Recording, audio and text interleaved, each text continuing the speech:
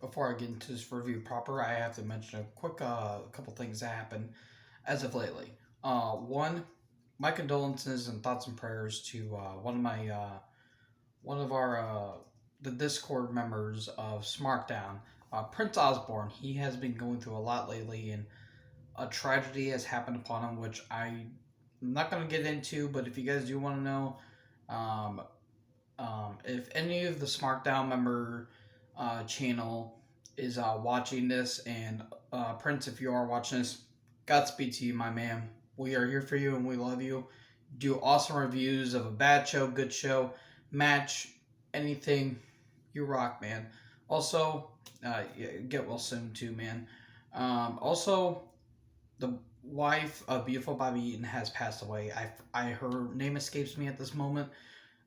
This all happened yesterday, so um, but yeah, guys. Sorry for the bit of a tragic news, and I'm sorry for this review being up late. I had to work yesterday, and oh boy, Walmart's kind of a blessing in disguise.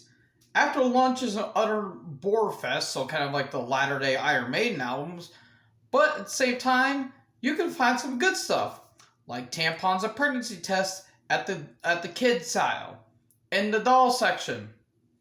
What am I even on about? I'm also Basic back to another video, and today I'm reviewing Raw. What does Raw have to do with pregnancy tests and tampons in a freaking Barbie doll aisle? God knows why. I just watched this show via highlights, and the show was very messy. There were good things on the show, but messy. So kind of a somewhat decent Raw, but anyways, let's get into the review proper now, shall we? So in the villain, Adam Pearce are backstage. Orton couldn't make it due to probably a family emergency. He missed his flight or something like that. If it's for storyline purposes, then I get it. If it's like something actually happened to Orton, so if something actually did happen to Orton, I hope he gets well soon. There's gonna be a Battle Royal Number One Contenders match to see who would replace Orton. Riddle shows up. He wants to take Orton's place, and there was a letter that Orton gave to him, but it turns out Riddle wrote it in crayon. That's kind of probably what Riddle's mindset is. Okay, Battle Royal Number One Contenders. I wrote down as many names as I possibly could. We got Jeff Hardy, Jinder Mahal, Humberto Carrillo, Shelton Benjamin, Angel Garza, Drew Gulak, Damian Priest, Mansoor, Ali, or Truth, Akira Tozawa, and the Viking Raiders. I think that's all. If I'm missing one, forgive me. The match itself was fine. I love me a Battle Royal, but this was just kind of stupid. Gulak gets eliminated, then Benjamin gets thrown out. I do like the little, story with Ali and Mansoor, like Ali helping out Mansoor, but then Mansoor gets eliminated by Ali. And then Truth gets eliminated. Truth and Zawa get eliminated by Mahal. And then we have 24/7 shenanigans. Where has the title been? It literally hasn't shown up since, I think, the Raw before Mania. It's either that or the Raw after Mania when Bad Bunny gave it to Truth. It's been weeks. Like, it's been months since we've seen it. Now it just kind of ruined this Battle Royal. Drew Lock, Jesus Christ. Gulak wins it, and then Truth rolls him up. So Truth wins it, and then Tozawa pins Truth, and Tozawa is the 24/7 champion again for reasons. And then Almost comes down, and he eliminates the Viking Raiders because we have to have that feud going on because the Viking Raiders won a Battle Royal to determine the number one contenders match for Styles and Omos down the line. And then Ali got eliminated during commercial, and then Jinder Mahal gets eliminated. So it's down to Hardy, Cedric Alexander, Damian Priest, and Matt Riddle. Hardy goes for a twist of fate, but he gets tossed out by Alexander. And then Priest eliminates Cedric, and now it's down to Priest and Riddle. The exchange back and forth between the two were pretty good. In the end, knee strike and Priest is eliminated. At least Priest got mentioned and got some screen time. He hasn't been seen since Mania Backlash, but that atrocious battle royal that involved zombies. Way to ruin somebody's pride when you feature them in the most promising matches. Okay, cool. Then we get a recap of the. Actually, hold on. Before that, Riddle wins, and then Orton's theme, and Orton's pyro hits, and Riddle's posing and all that stuff. He's doing it in the memoriam of Randy. And then we recap with the Shayna Baszler and Alexa Bliss bullshit. Cool. Why? The thing of Hell in a Cell, which was an abortion like any other, and then what happened last week. Baszler split cards. It calms her down. She's the Queen of Spades. Do you get it? Do you get it? Then Nia and Reggie show up. Cool. Baszler's gonna have a match with Nikki Cross. And then Jackson Riker's whipping the crate. If he was whipping a minority, he would have been in that would have been a fantasy dream of his. I'm not apologizing for that because Jackson Riker's an idiot. And yes, he may have served in the military, but guess what? You should watch what you say on social media. Just saying that out there. The Souls and Almost are backstage with Kevin Patrick, the most Irish guy not named Sheamus, talking about what happened last week between Ricochet and Styles when Almost went through the barricade. Okay, cool. Then Nikki Cross is backstage.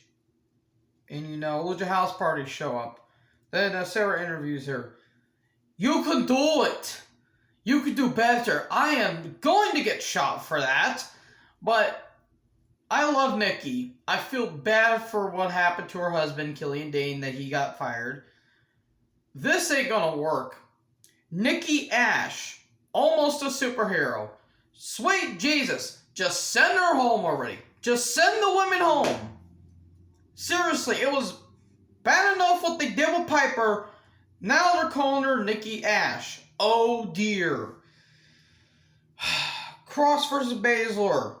The match was fine until, let me guess, Alexa Bliss shows up. You're right. We get more of this stupid nonsense with Alexa comes down and she does more stupid hypnosis bullshit and shenanigans, which whoever decided to come up with this idea deserves to get dick kicked and bitch slapped. Or pip slapped.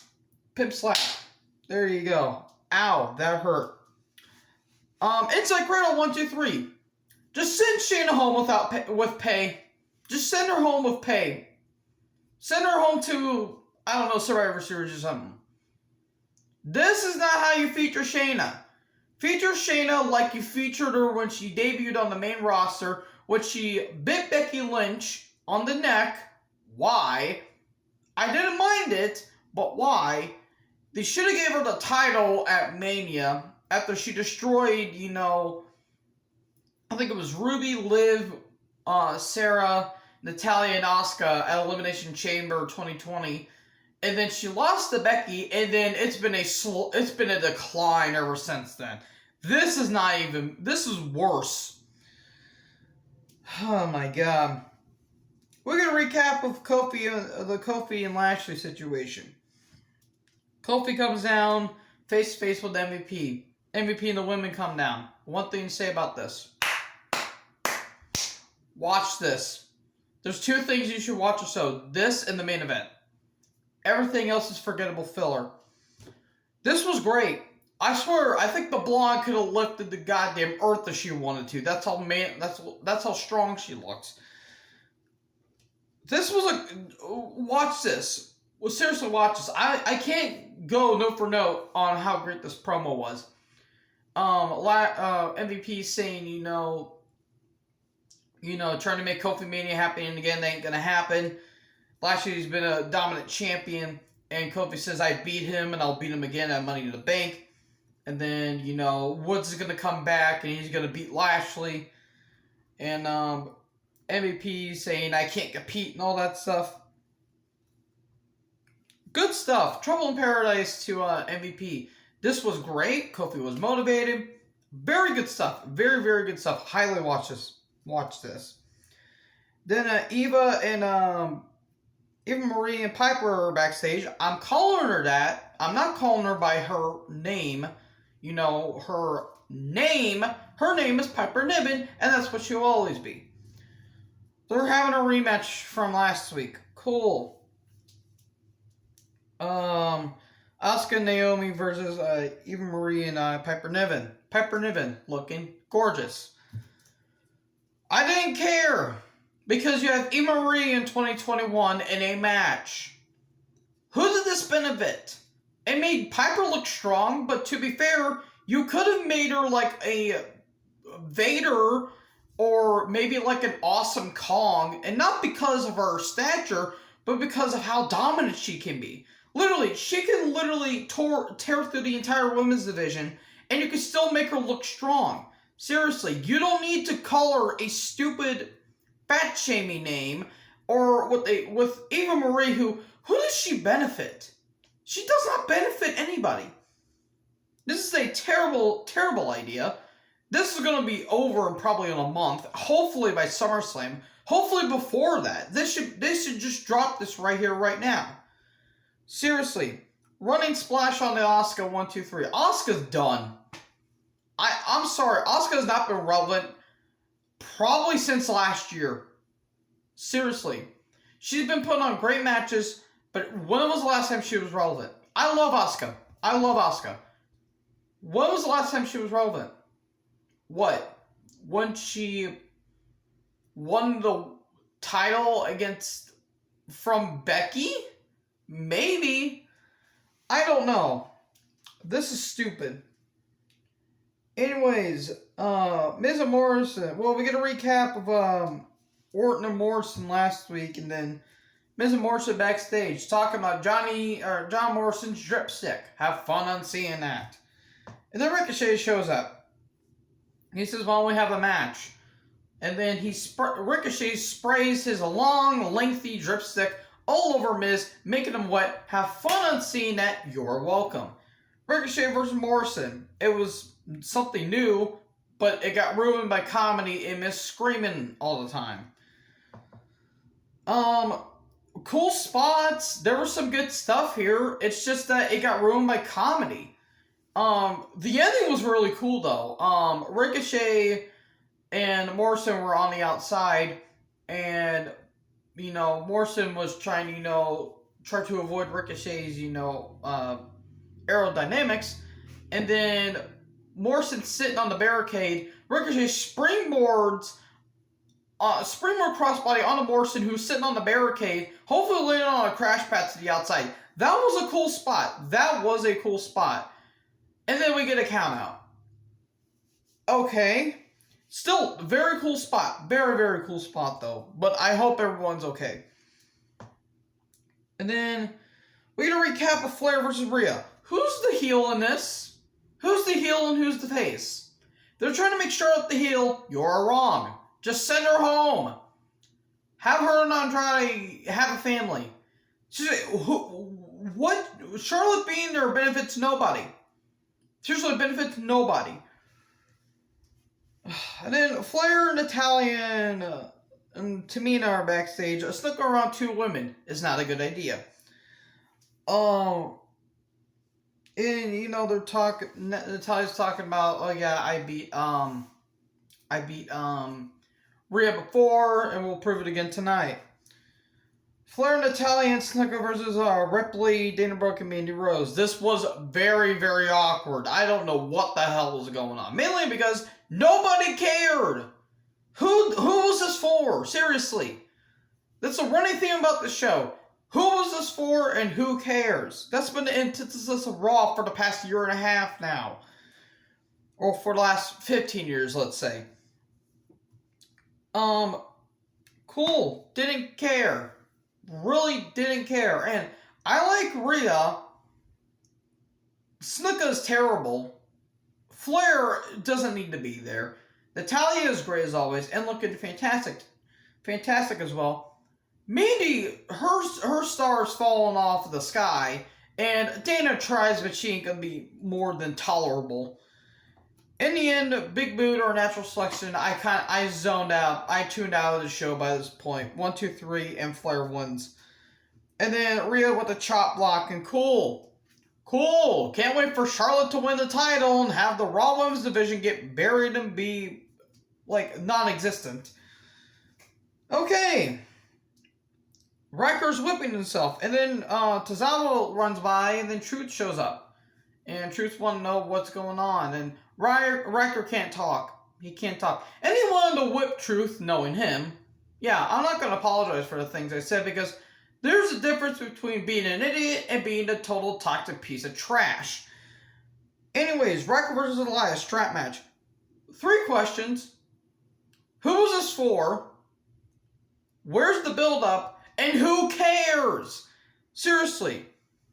You will have Riker in the match, Riker not being good, and no build-up. Why is Riker the face, and why is Elias the heel? None of these questions are asked. There were some good shots here and there, but I didn't care. Because you have Jackson Riker being a face when he's already a heel in real life. After a while, Riker hits a move, 1, 2, 3. Can we move on? Seriously, can we move on? Brittle's backstage and then Priest shows up. You know, the whole Lock and Key thing. Under Lock and Key, the Dawkins album. And, you know, Priest says, you know, I appreciate you're doing this for Randy and all that stuff. Okay, cool. McIntyre's backstage. And then Kevin Patrick shows up. And McIntyre's talking about how I think him and, like Scotland and England were, you know, 2-on-1 situation. And again, I tuned out of the show at this point, so I have no idea what this was about. McIntyre versus Styles versus Riddle. Last chance qualifier match for Money in the Bank. This was goddamn great. Great stuff. Even with Riddle involved, I loved it. Good stuff back and forth. Riddle and Styles trying to take down the bigger McIntyre. McIntyre's big lengthy claymore all over for your screens only. Have fun on seeing that. Great stuff. Great submissions, great counters, great back and forths. McIntyre going through a table. So, you know, incapacitate the bigger man. Again, great stuff back and forth. Great counters. Seriously, watch this match, guys. McIntyre comes back. He's a house of fire. He's throwing people around like he owes them money. Seriously, guys, watch this match. Riddle doing kicks to the post. Like, McIntyre's on the post and he's kicking McIntyre. He goes to kick Styles, but he kicks the steps. Stupid, but again, it's Riddle. Riddle then gets taken out. And then it's McIntyre versus Styles. Styles gets thrown around like a rag doll. I think we get a stare down between Omos and McIntyre, which should be interesting. And then Riddle comes back, and he's got his foot all taped up. And then Styles has got you know, McIntyre in the calf crusher, but McIntyre's, you know, fighting his way out of it. And then Bromission on Styles, and then kick to McIntyre, and then RKO the Styles, but almost pulls Styles out. Gross. He pulled out with Styles. Ew. And then in the end, Claymore 1, 2, 3. Okay, so what was the point of having a last chance Hell in a Cell match between Bobby Lashley and McIntyre if McIntyre can't challenge for the title again? If he wins the Money in the Bank, who's he going to challenge? Roman? Who's he going to challenge? Seriously. But with that continuity being blown out the ass, this was a very good match. It was one of the few highlights on the show. So, yeah. So, anyways, let me know down in the comment section below. Did you think it was good? Did you think it was bad? Again, let me know down in the comment section below. Make sure to like, comment, subscribe, tap on for more notifications. Join the herd. Talk to you guys next video. Peace out.